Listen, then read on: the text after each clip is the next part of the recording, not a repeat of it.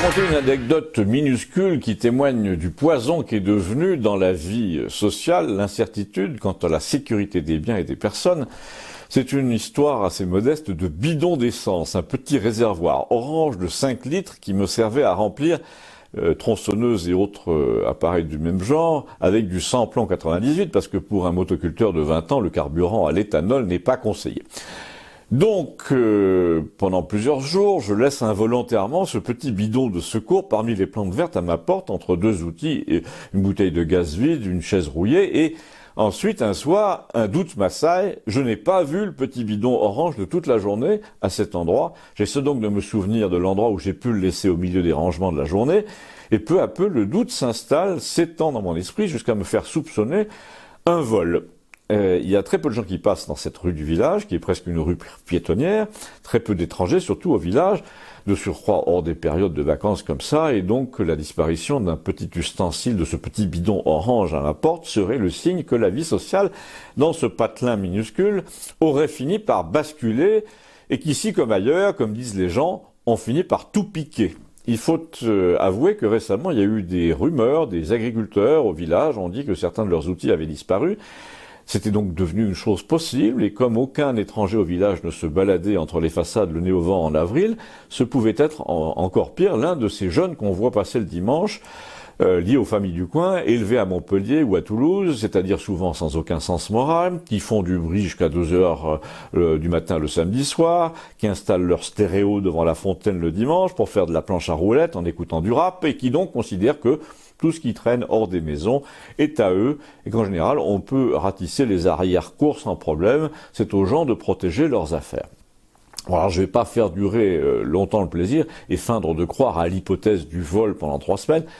Heureusement, j'avais tort. Il se trouve que le lendemain, comme je continuais à ranger la maison, le fameux bidon orange a refait surface, et j'en ai été soulagé, non pas à cause de sa valeur, qui doit être 5 €, mais à cause de ce que ce vol resté éventuel, signifiait pour la vie sociale. Je commençais à me dire sérieusement, ça y est, nous sommes entrés dans la famille des villages où il faut tout fermer, où quand vous mettez 2 carpes dans une fontaine, elles disparaissent le lendemain, ou quand vous ne pouvez pas laisser votre voiture ouverte, etc. Même après l'avoir retrouvée, j'ai été obligé de m'imaginer, ou plutôt de me souvenir de ce qu'était une vie villageoise où on ne faisait plus confiance à personne. Et pourquoi de m'en souvenir? Parce que j'avais déjà connu ça, nous avions connu ça pendant les années 68. Malheureusement, à l'époque, il y avait un mot affreux, on ne volait plus les objets dans votre jardin, on voulait taxer. C'était à peu près l'époque de mon installation dans un hameau perdu du village, dans les années 80. Il y avait autour de moi, 70 même, il y avait autour de moi des fraternités d'anarchistes parisiens, enfin plus ou moins banlieusards, en rupture de lycée, qui vivaient sans un sou, et donc on taxait les gens. C'est-à-dire que tous les gens, mais principalement les gens qui étaient censés être des bourgeois, des gens comme moi, donc qui à l'époque avaient un bon métier, et de qui on disait ça lui fera les pieds. Il a soufflé en France, sous Giscard d'Estaing, au début des années Mitterrand, un vent de collectivisme haineux, vengeur, qui voulait dire on n'a qu'à se servir, les gens qui possèdent quelque chose sont sûrement des voleurs. Alors désormais c'est plutôt l'appât du gain immédiat, on vole pour revendre dans un vide-grenier par exemple, ou des roumains dérobent les tuyaux de cuivre d'une maison. À Campagnol jusqu'ici c'était pas trop le cas, sauf que malheureusement si, ça devient le cas parce que les gens qui veulent mettre en location un 2 pièces avec une garantie de loyer devant le nombre d'impayés et le caractère inexpulsable des mauvais payeurs s'adressent à des organismes sociaux qui envoient au cœur des villages une population dont certes le loyer est garanti, mais ce qui est garanti aussi, comme dit Gustave, c'est les emmerdements. Parce que quelqu'un qui arrive dans le village placé par un organisme n'a pas le même comportement que quelqu'un qui a choisi de vivre à cet endroit, qui est pourtant simple à comprendre, mais pas pour la DAS. En plus, nous commençons à soupçonner à Campagnol, où nous n'avons que 2 de ces logements un peu sociaux, que les services de la ville voisine nous envoient exprès des cas sociaux tatoués qui font des tags sur les transformateurs électriques, et donc des enfants de 10 ans qui disent au mémé « va te faire enculer », sic, parce que comme villageois, nous sommes réputés conservateurs, ce qui est pas bien du tout, et ce qui est d'ailleurs assez vrai. Mais c'est un mauvais calcul de la part de ces services sociaux de la ville voisine, parce que jusqu'ici, après 3 incivilités, les gens question ont été menacés directement de représailles violentes par la population la plus jeune, qui appelle ça leur mettre une bouffe. Ces gens, de passage, donc, ont toujours demandé à partir au bout de 6 mois, par crainte des bouffes. Il reste que chaque nouvel occupant est pire que le précédent et qu'on ne sait pas comment ça va finir, mais probablement assez violemment là encore. Abonnez-vous, merci. Je voulais vous faire bénéficier d'une conversation faussement légère que j'ai trouvée profonde au contraire entre Gustave et Léon. Je vous rappelle que Gustave est l'ancien anarchiste et que Léon est plutôt spiritualiste, chrétien, tendance Padre Pio, si vous voyez ce que je veux dire. Il croit à tous les miracles, les prophéties de Fatima, les anges gardiens, les soucoupes volantes. Il a écrit 2 livres, je l'ai appris récemment, qui se vendent très bien, paraît-il, sur Internet, et c'est Gustave qui m'a dit ça. J'ai l'air de me moquer de Léon, mais en fait, ma préférence dans ce petit récit va nettement à ce vieux type tout maigre qui m'a estomaqué l'autre jour en énonçant sa philosophie de la vie.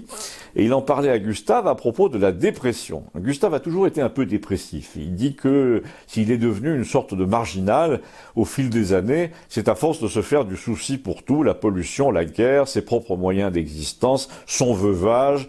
Il dit aussi que s'il a tant lu, c'est qu'il a peu dormi et que l'inquiétude l'a tenu éveillé des nuits entières. L'autre chose qu'il faut préciser à propos de Gustave, c'est que son père a tué sa mère. Enfin, je précise qu'il s'agit quand même d'un accident de voiture, mais ça s'est passé au mauvais âge. L'enfant unique avait 13 ans et ça l'a rendu très mécontent de la vie en général, de son père aussi en particulier.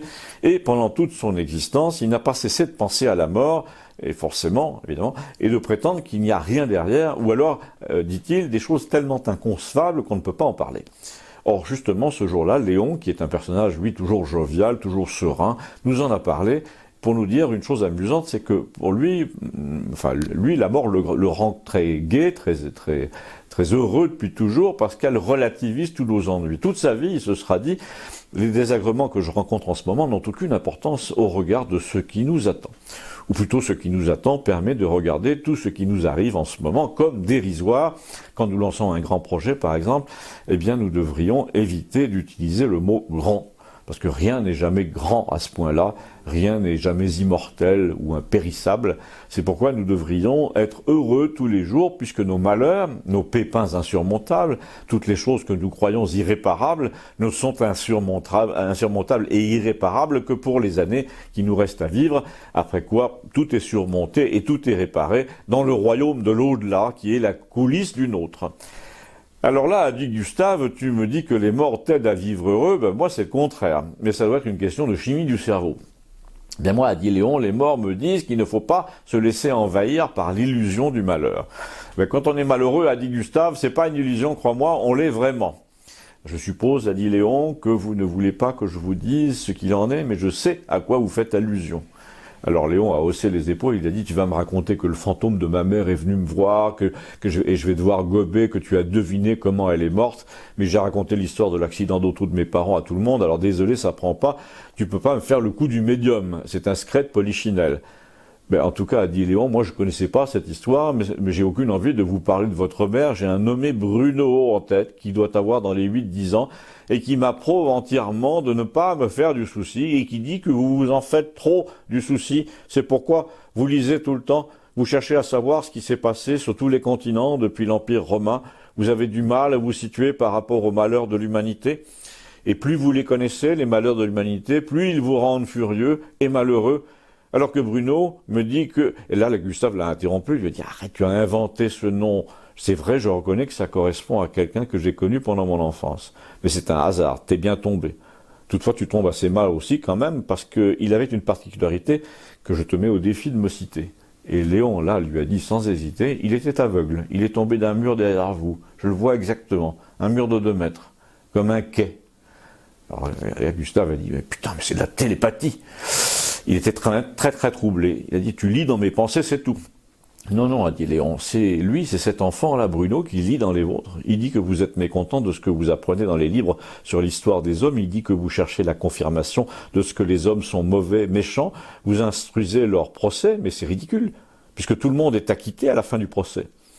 Et là, Gustave lui a dit « Mais qu'est-ce qui te prend là de me vouvoyer ?» Et là, Léon lui a répondu « Je sais pas.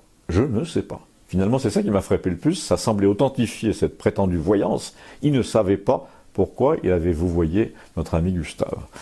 Abonnez-vous, merci. Depuis plus de 2 ans maintenant que dure cette petite rubrique et qu'on me demande mais comment vous trouvez un sujet par jour, je voudrais illustrer que j'ai plus besoin de les trouver, on me les apporte.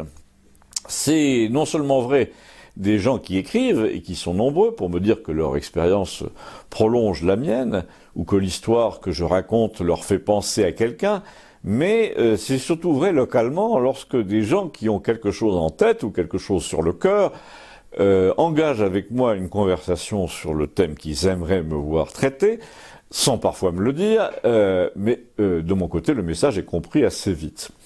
Par exemple, là, récemment, quand Roger, vous savez, ce grand type de presque 2 mètres qui vit avec sa sœur et qui s'est jamais marié, pour des raisons qu'il ne me cache pas, en me disant « Que veux-tu à 80 ans ?» J'ai arrêté depuis longtemps de raconter que j'ai failli épouser la fille d'un tel, j'ai failli épouser aucune fille, je suis comme les béliers qui veulent pas reproduire, c'est tout.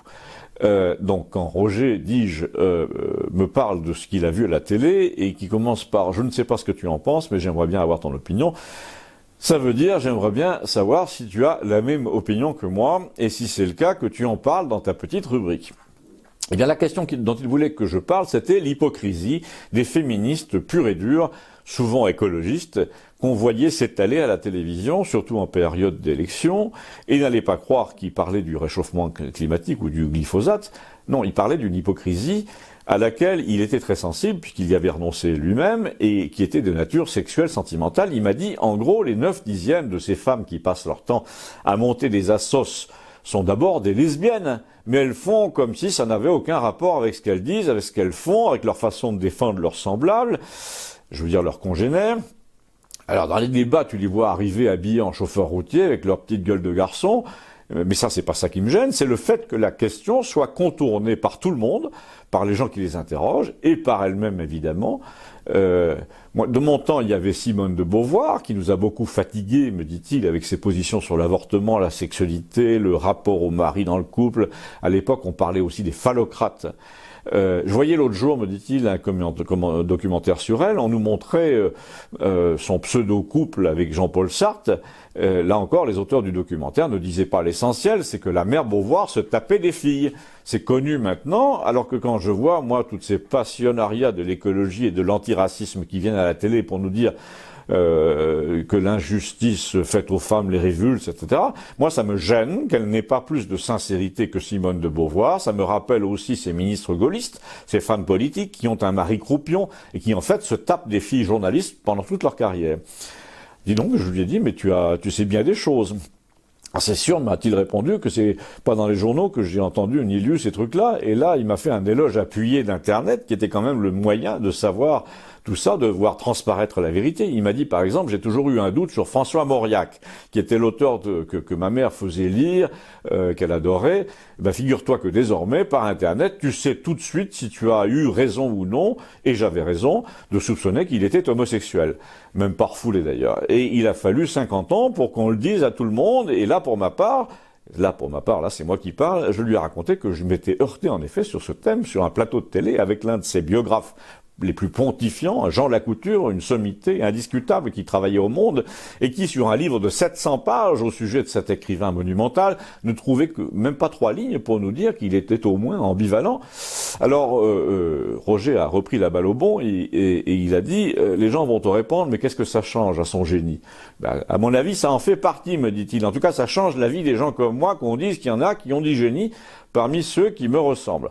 Mais c'est triste parce qu'ils refusent de me reconnaître comme leurs parents, un peu comme un type qui aurait fait fortune et qui ignorerait ses cousins de province. Ah, tu viens de me donner une bonne idée de chronique, lui ai-je dit. Et il m'a répondu, je sais, c'est pour ça que je t'en ai parlé. N'oublie pas, me dit-il, de mentionner, en changeant les noms, mes nièces Caro et Léa. Léa qui ressemble à un petit mec. On va te dire que c'est la plus débrouillarde, alors que c'est la négation d'une fille, cette gamine. Mais ça, personne ne te le dira. Et surtout, personne ne te dira qu'elle est née comme ça. Parce que ça aussi, on peut pas le dire. Ils nous emmerdent tous à la fin, a-t-il continué, à nous répéter que c'est un choix. Calme-toi, lui ai-je dit, je sais bien que ce n'est pas un choix. Par exemple, me dit-il encore, tu crois que j'ai choisi d'être gaucher, de mesurer 1m96 ? Non. Je te répète, lui ai-je dit, que tu prêches un convaincu. D'ailleurs, peut-être aussi prêchais-je en vous des convaincus, dites-le moi, ça m'intéresse. À bientôt, merci. Curieuse prise de bec l'autre jour au bar, un classique en fait, qui démarre sur un petit rien, qui continue sur le ton « et toi, puisque t'es si malin, tu vas nous dire que », etc.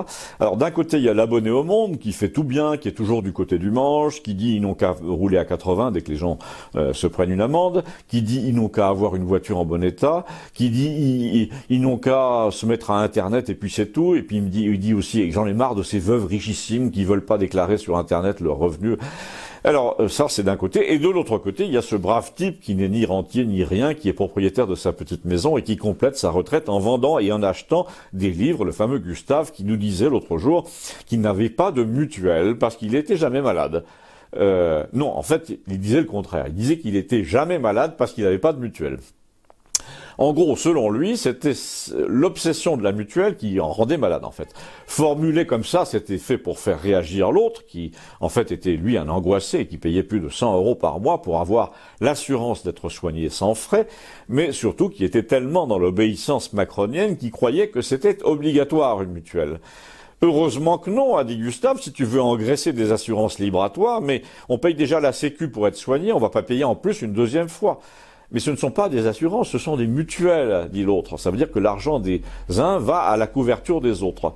Sauf, a dit Gustave, qu'un tiers des cotisations sont bien destinées aux compagnies d'assurance qui se font du bénéfice sur l'inquiétude des cons dans ton genre, une inquiétude inutile, puisque si tu as un pépin grave, tu es remboursé à 100%, et si tu as un pépin pas sérieux, si tu veux un dentier en céramique ou des lunettes Dior, tu es plus ou moins remboursé, mais si les gens veulent mettre au pot pour rembourser des dépenses de confort d'une poignée d'autres gens qui passent leur temps chez les spécialistes et les opticiens et les prothésistes, libre à eux.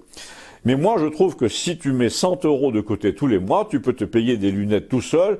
Bon, là, c'était parti pour la discussion habituelle, mais la chose frappante, enfin touchante, qu'a fait observer Gustave, c'est que la moitié des gens qui ont droit à la couverture maladie universelle et qui n'ont pas les moyens d'avoir une mutuelle, mais qui normalement pourraient se faire aider pour en avoir une, finalement ne demandent rien. Ils ne perçoivent pas ce à quoi ils ont droit. Ils sont comme moi, dit Gustave, ils attendent de voir venir, ils mettent 50 € par mois éventuellement sur un compte, ils savent qu'en cas de pépin grave, ils ne seront pas laissés sans soin, et pour les autres, eh ben, c'est eux qui décident. Personnellement, moi, ça me tue, me dit-il, de voir à la pharmacie la fille de te vendre un médicament à 4 € et te demander si tu as une mutuelle, et te faire pratiquement les gros yeux si tu dis non, si tu dis j'ai pas de mutuelle, je vais payer l'euro qui n'est pas remboursé, ne vous en faites pas. Parce qu'en fait, le système a besoin de crétins comme l'autre, là, a-t-il dit en désignant l'abonné au monde, qui claquent leurs 120 € par mois pour entretenir des actionnaires, pour permettre à leur mutuelle de faire des placements dans les paradis fiscaux, et pour s'offrir des sièges sociaux monstrueux en plein Paris, avec rampe en inox, baies vitrées énormes, bureaux au 8e étage qui regardent la Tour Eiffel. Tu vas pas me dire que si les France Mutuelles et autres, là, plantaient leur siège à Romorantin en pleine campagne, ça changerait quelque chose? Non. Et la morale serait un peu plus sauve. Et l'argument immédiat de l'autre, c'était « alors ça te fait rien à toi d'être à la charge de la société si tu as un cancer ?»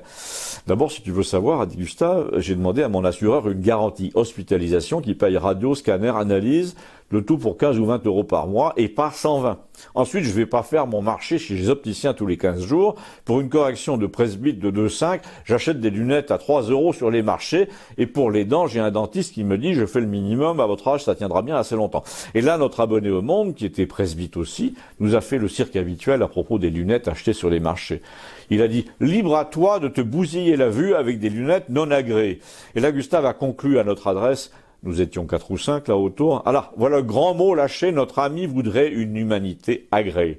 Et si t'as pas l'agrément, tu deviens antisocial. Mais en revanche, tous les va-nu-pieds là qui arrivent de Somalie, qui sont pas agréés par nature, tu les soignes gratuitement. Donc le système de protection pour lequel t'as cotisé te sert à rien. La moitié des Français de père en fils ne le réclament pas et vont vers les mutuelles, tandis que tous les nouveaux arrivés se ruent, eux, sur la CMU. Vous êtes vraiment tombés sur la tête, mes amis. Mais heureusement, ça va finir par se savoir. Non, non, a-t-il dit en conclusion, t'es gentil, tu me fais pas le coup de l'égoïsme, etc., j'ai pas le temps. Et il est parti. Abonnez-vous, merci.